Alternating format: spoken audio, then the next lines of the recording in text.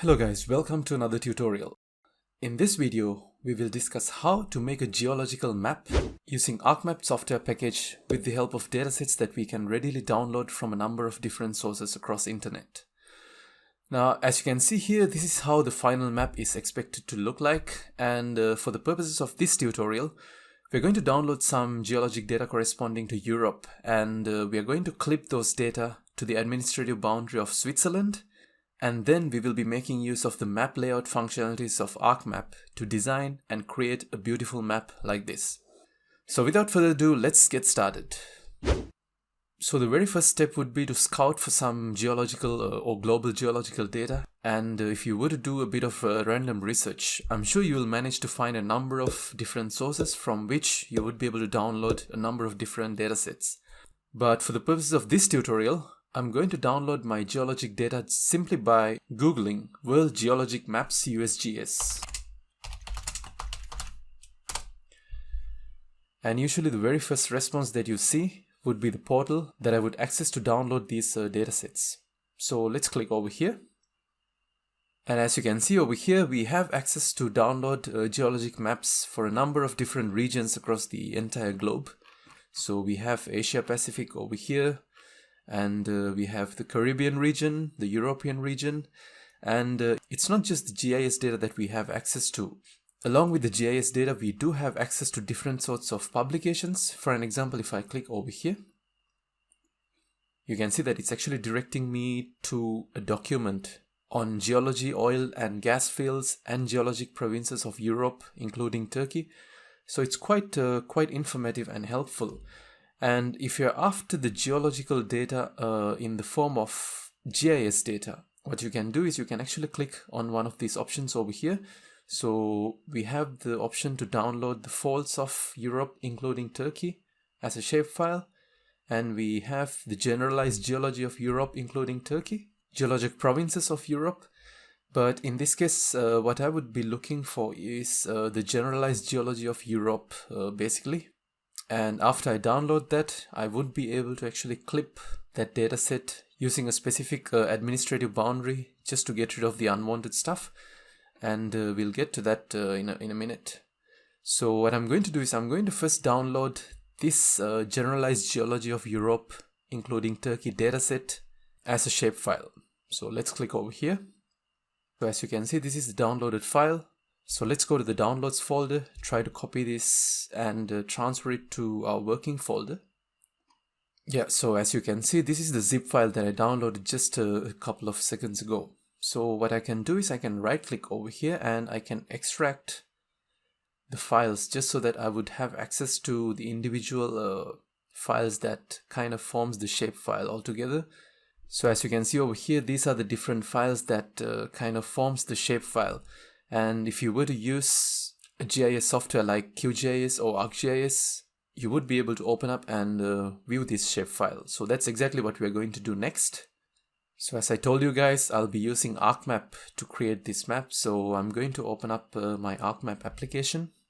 Alright, once you open up your ArcMap application, you can see that the entire interface is pretty clean. So you can open the shapefiles either by connecting the folder through this catalog, or you can just simply drag and drop the shapefiles. Even though I could simply drag and drop the file, I think just for consistency, let's try to establish a connection to our working folder and we'll try to work directly from there. So I'm going to head over to this button and click over here. So this would be my working folder and I'm just going to connect to that. And now if I expand this, you can see that we have this .shp shapefile. What I can do is just drag this and drop it over here to your working interface and well, this is how it's supposed to look. So in the first instance, it's quite normal that the dataset might not really make much sense to you guys. So what we can do is we can actually do a bit of exploration. Maybe we can check some metadata to understand what kind of a dataset that we're dealing with. And in addition to that, we can also have a look at the attributes table. So let's go over here and maybe open up the attributes table. So over here you can see the different types of fields. And since we are dealing with different rock units belonging to different geological time periods and ages, I don't think we would be necessarily making use of any of these different fields. However, this GLG field is actually going to be quite important. Now, when you check it for the first time, I'm sure that these notations might not really make sense to you much. However, if you head back to the document that I was referring to at the beginning of the tutorial, and if you scroll down, you will actually be able to get sort of an explanation where they clearly state what each of these different notations actually mean. So before we actually jump into the next step, why don't we head back to that particular document that I was referring to, and we'll try to see how they have interpreted these different types of rock units that are belonging to different geological ages. So if I head back to this portal again, and if I open up this document right over here. So this is basically the document which explains the dataset, and if I scroll down just a little bit more, you can see over here what exactly those different types of notations are supposed to be. So we have the sedimentary rock units over here, and we have igneous and metamorphic rock units over here. So if you do a side-by-side comparison, you would be able to see that this J over here basically refers to sedimentary rock units of Jurassic period. This P would mean Permian, and C over here would mean Carboniferous. Now it would be ideal to actually sort of transfer these explanations as another field into our attributes table, but I'm not going to do that for the purpose of this tutorial. I'm just going to stick with this notation. However, with the understanding that we have the possibility of always referring back to this document in case if we don't really understand what any of these different notations actually mean. So once you have loaded up the data, I think it would be quite wise to head over to the properties of this particular shapefile layer and check what sort of a coordinate reference system they're actually using. So we can head over to this source tab, and right over here you can see the type of coordinate reference system that they're using. So it's WGS 1984 Lambert Conformal Conic Projected Coordinate Reference System.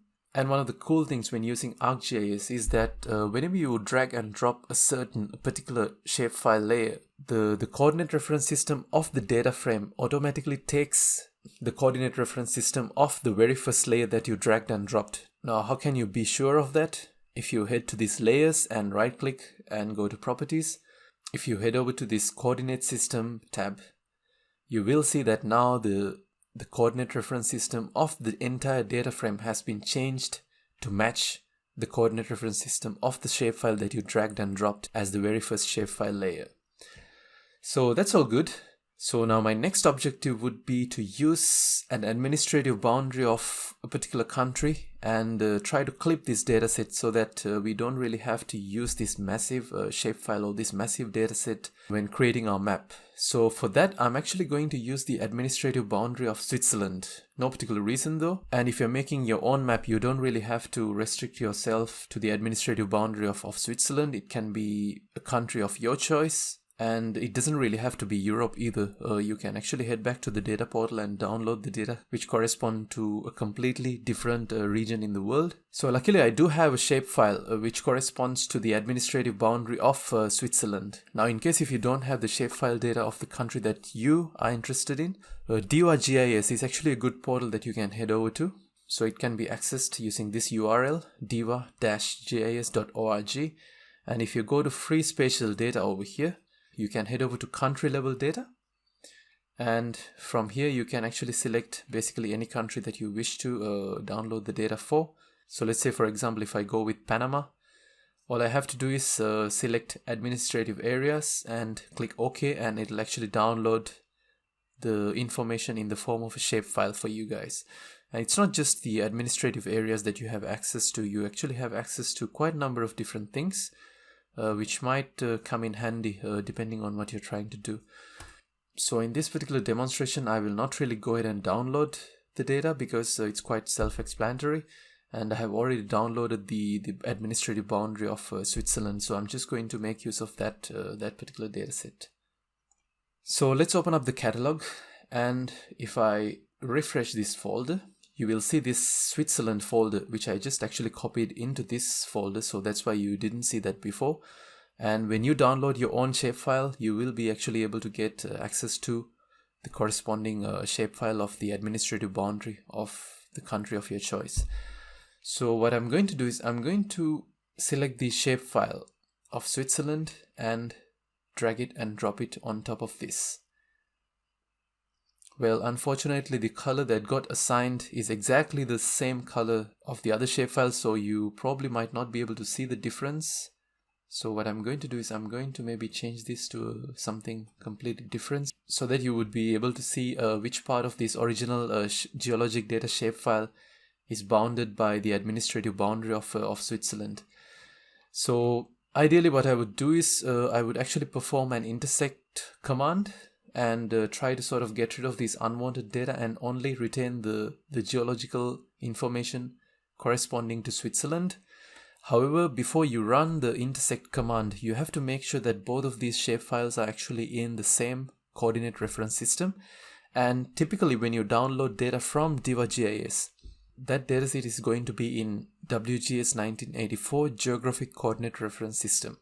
So you can have a quick look by right-clicking over here, and if you go to Properties, over here you can see the coordinate reference system. First of all, it's not a projected coordinate reference system, and it's quite different from the coordinate reference system that was assigned to this geologic map dataset. So what we can do is we can actually try to create a copy of this shapefile by simply exporting, but while exporting, we can assign the new coordinate reference system of this particular shapefile to be the same exact coordinate reference system of our data frame. So that way we are kind of reprojecting this shapefile into a completely different coordinate reference system, but the way that we are doing it, it's not really a straightforward method, but all that matters is it works. So we can right click over here, go to data and go to export data. Quite important, make sure that you are actually picking this option. So the coordinate reference system is actually going to be the coordinate system of the data frame, not the layer source data. And as the output, I'm going to name this as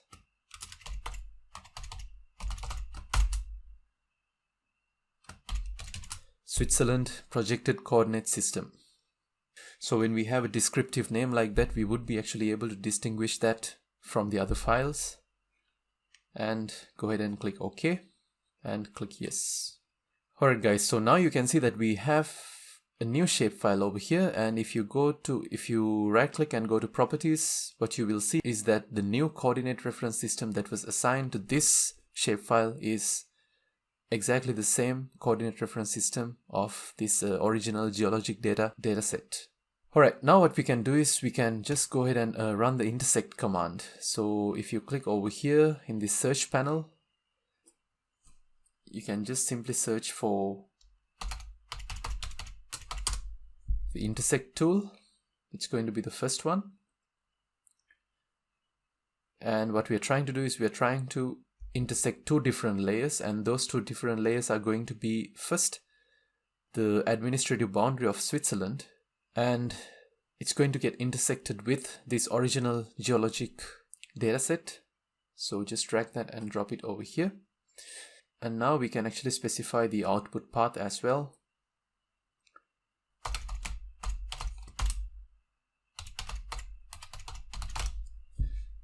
We can give it a name, geologyswitzerland.shp, and just simply click OK.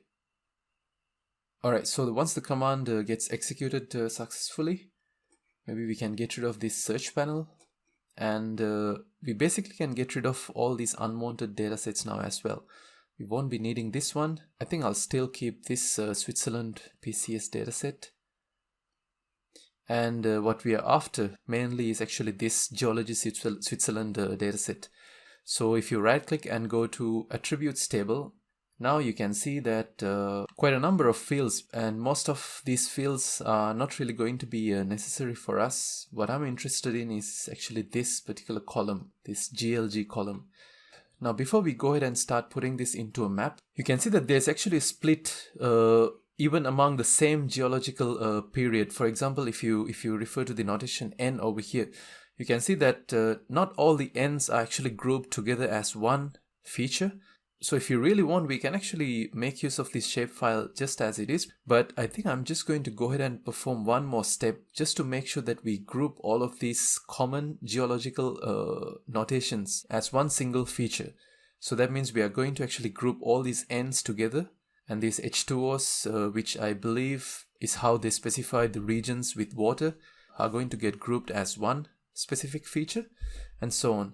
So let's deselect all of these and go to geoprocessing and perform this dissolve command. So the dissolve command basically does that. So what we can do is we can drag this and drop it over here. And quite important, when using the dissolve command, we have to basically input the specific field that we intend to use this to perform this dissolve operation. So in this case, that's going to be this GLG column or GLG field. And similarly, we'll have to specify the output location. So I'm going to still name it as Geology Switzerland, but maybe we'll just put a small note here saying that it's the dissolved geology shapefile. Alright, let's go ahead and execute that as well. Alright, now if you deactivate this and if you open up the attributes table, you would be able to see that we don't really have those unnecessary columns anymore, and all the different geology types are actually kind of grouped together. So let's say if I'm referring to the Permian period, so all of these different rock units are actually belonging to the Permian period, if I'm not mistaken. And similarly, if I want to refer to the Jurassic period, so all of these different regions have the presence of rock units of Jurassic period. So that's how that works. And now I think most of the data preparation work is done. And I would say like 99% of the data preparation work is done. Now all we have to do is basically use a specific coloring notation to make sure that we actually view the different types of geological periods using a different specific color. So what we can do is we can go to properties and go to symbology, and under categories. So over here, if you assign unique values, what we can do is we have the luxury of actually specifying a unique field by which the coloring is actually going to get assigned. So in this case, you can see that we have a unique, we have a field called GLG, and within that we have different unique features. So each feature will be getting its own unique color. So that's basically how this works. And let's click add all values. By the way, if you are not really happy with this color ramp, you have access to a number of color ramps over here, but for this tutorial I'm just going to go with this. If you would like to make separate changes, you can simply do that by clicking right over here as well.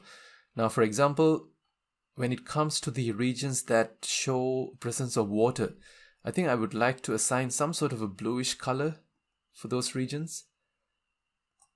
So let's say if I were to assign a color like this, and if I find that blue has already been assigned to another geologic period, you can always click and make changes to that accordingly. But I think for my case, we are all good to go. There are other values that are not really represented by each of these different feature names. All of that will be actually represented by this particular color. But in this case, since we don't really have any of these other values, what I can do is I can simply just click over here to get rid of this representation of these other values.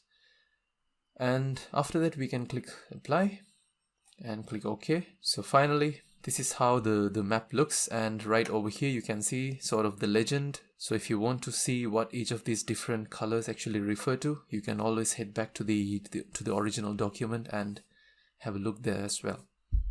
Alright, now let's move on to the layout view and start preparing our map. So there are actually a couple of ways to get to the layout view. Now if you head over to this button right over here, you can see that we have two buttons right next to each other. The one that we are currently working on is called data view, and there's another one called layout view. So if I want to head over to the layout view, all I have to do is just click over here on this button. So that's what I'm going to do. I'm just going to click over here on this layout view button. And what this lets us do is it's actually going to let us take care of things like the orientation of the page and basically everything that has to do with preparing a map, adding the legend, adding a north arrow, adding a scale bar, stuff like that. So the very first thing that I would like to do is to actually change the orientation of the page, because I think when we look at the geographical spread of Switzerland, I think a map that's presented with a landscape view would be much better suited compared to a map that's presented with a portrait view.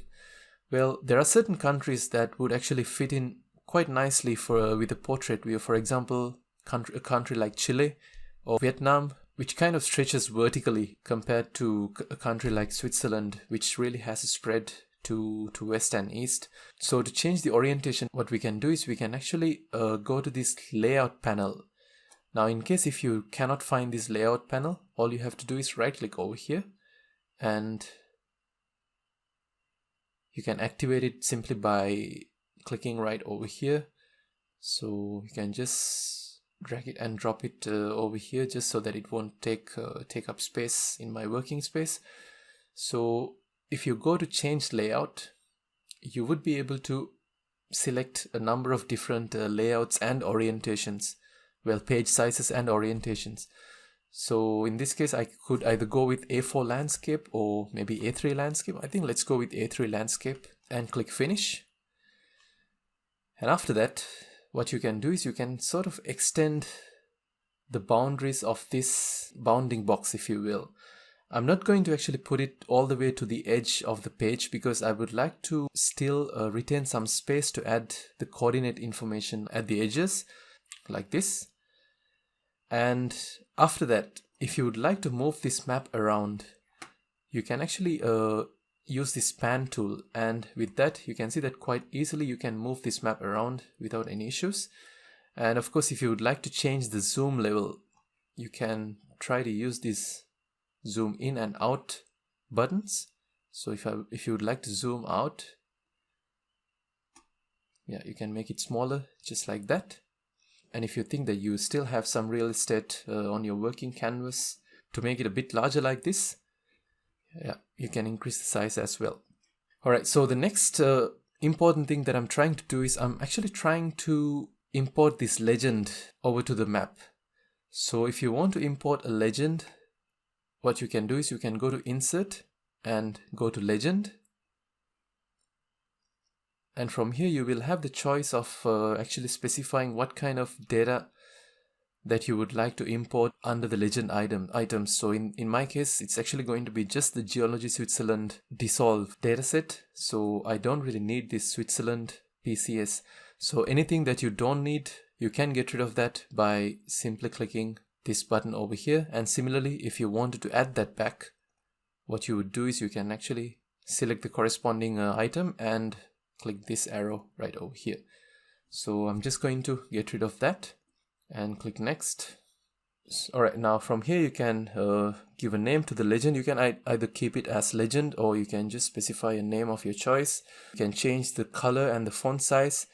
But since we're doing this for the very first time, I'm just going to go with the default settings, and once I see how it fits to the rest of the map, if I think that I would like to make some changes, I could always come back and revisit these items to make those particular changes as I need. So let's click over here next.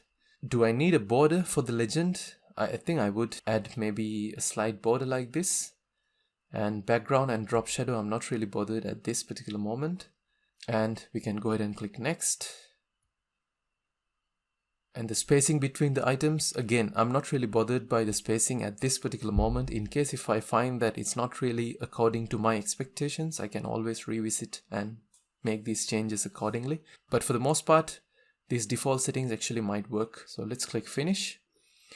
Alright, so this is how the legend basically looks. Immediately I kind of noticed some spacing issues, and there are certain texts that I might not necessarily need.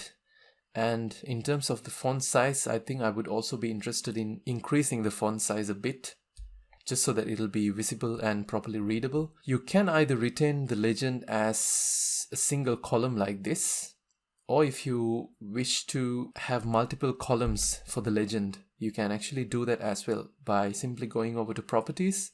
And over here under the items, if you select place items in a new column, and if you increase the number of columns, let's say if I wish to go with 2 columns and select apply.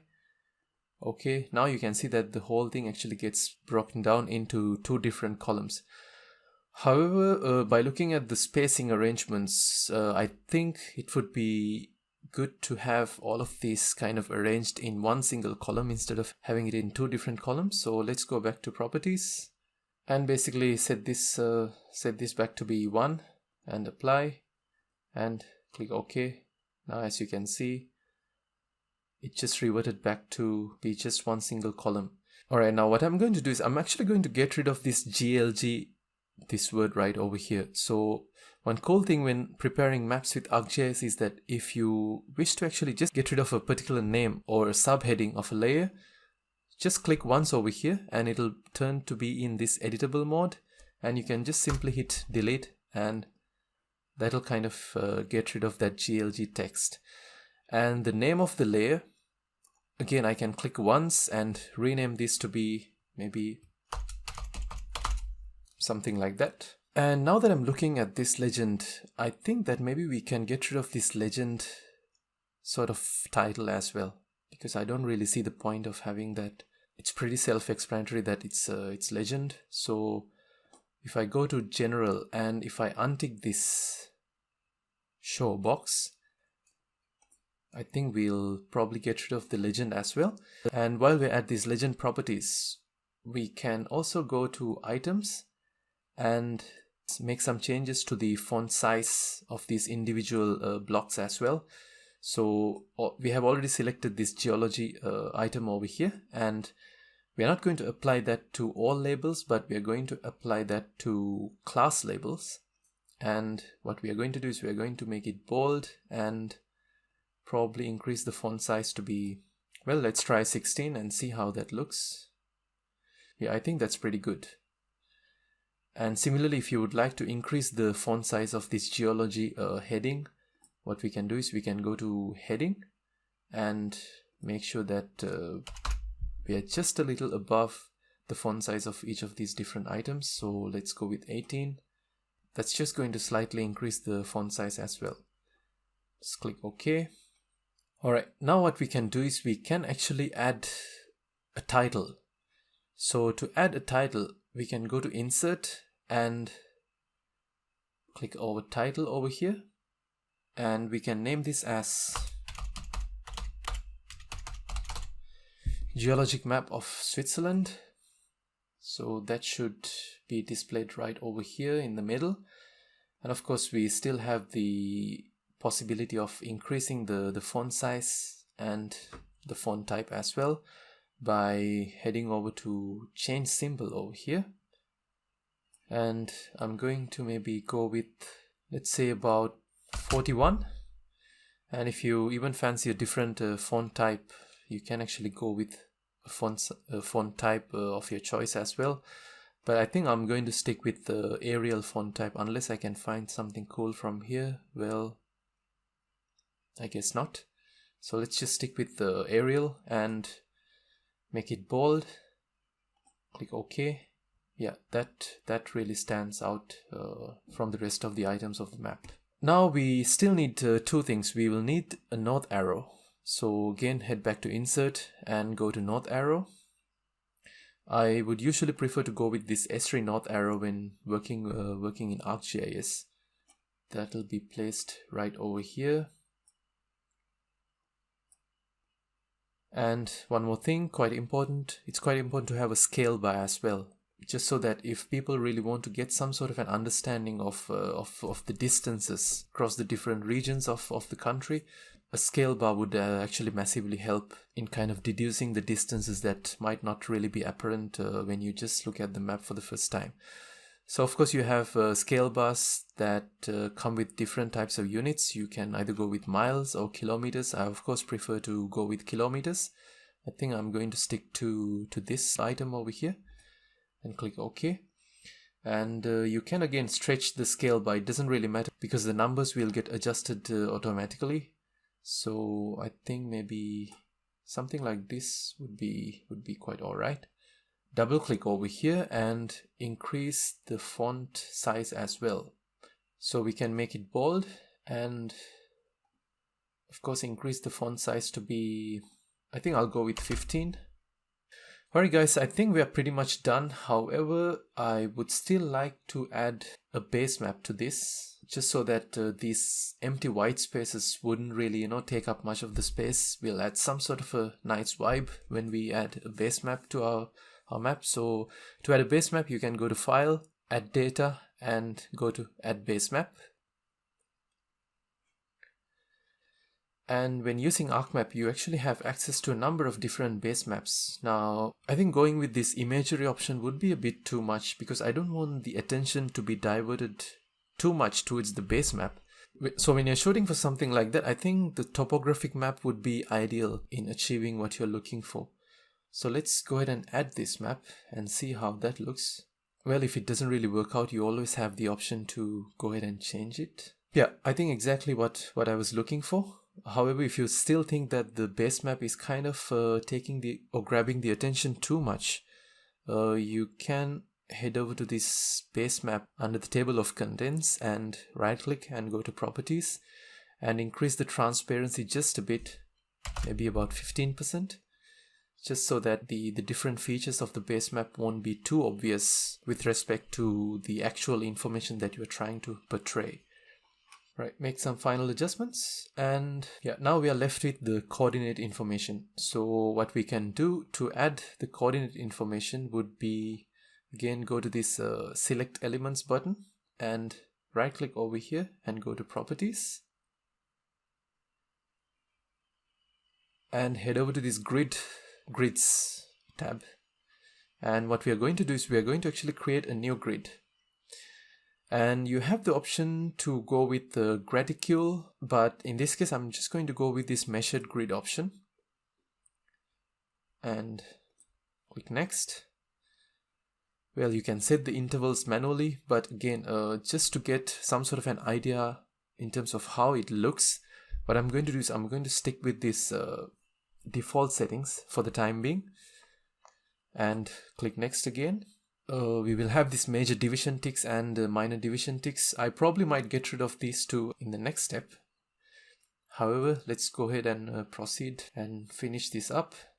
Now you will see that we have a new item called measured grid. So to apply the changes, just click apply over here.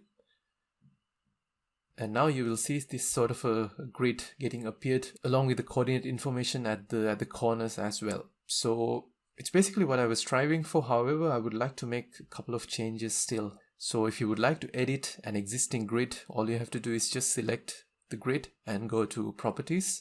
And first of all, when it comes to the labels, of course, I think I would like to increase the size of the labels to be at least about 12. Click apply. However, the changes are not really visible just yet.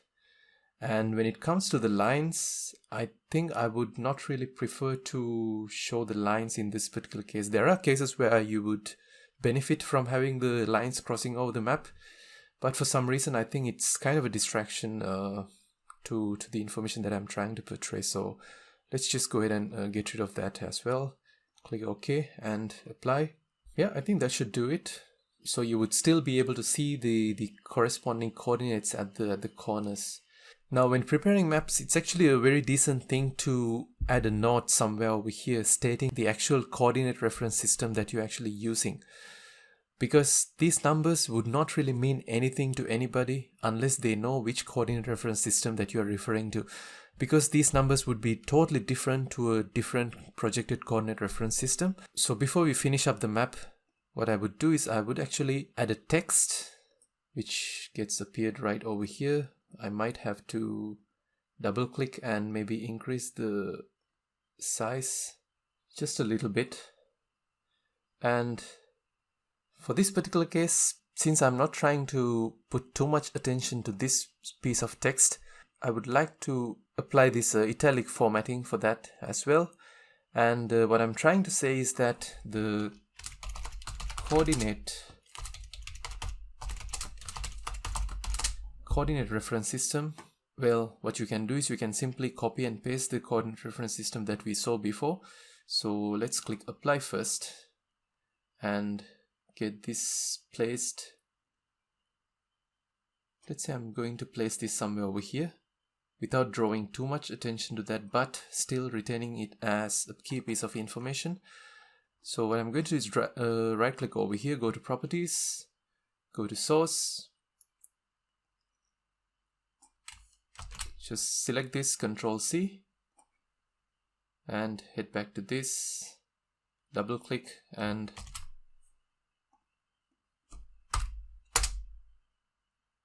yeah, make sure that you add that properly like this. And within brackets I would like to specify PCS because it's a projected coordinate reference system. Just click apply and see how it looks. Well, it might get distorted just a little bit, so you always might have to reposition it just like this. So finally what we can do is we can go to File, go to Export Map, head over to the folder that you're working in, and you can give this a name.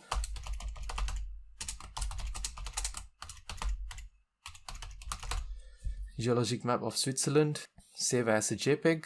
And resolution. Well, the higher the DPI that you assign, the higher the number of the pixels it'll be, and the file sizes will also actually shoot up accordingly. So I think I'm just going to stick with the 150 DPI.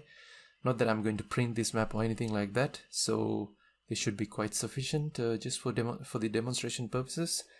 And go ahead and click save.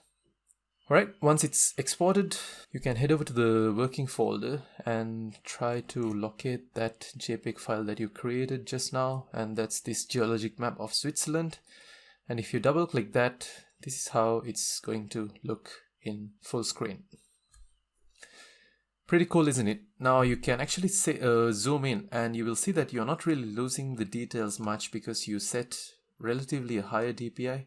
However, if you overdo it, you will actually start seeing some sort of a pixelation, but I think this works pretty well for what I'm looking for. So that concludes the tutorial, guys. I think you managed to learn something new. I hope at least you did. And if you did like the tutorial, you can always show your support by hitting that like button. If there are any questions, just add a comment down below. And always consider subscribing to this channel if you would like to see this kind of cool tutorials on a weekly basis. So thanks for watching, guys. Again, I'll see you again with another tutorial soon.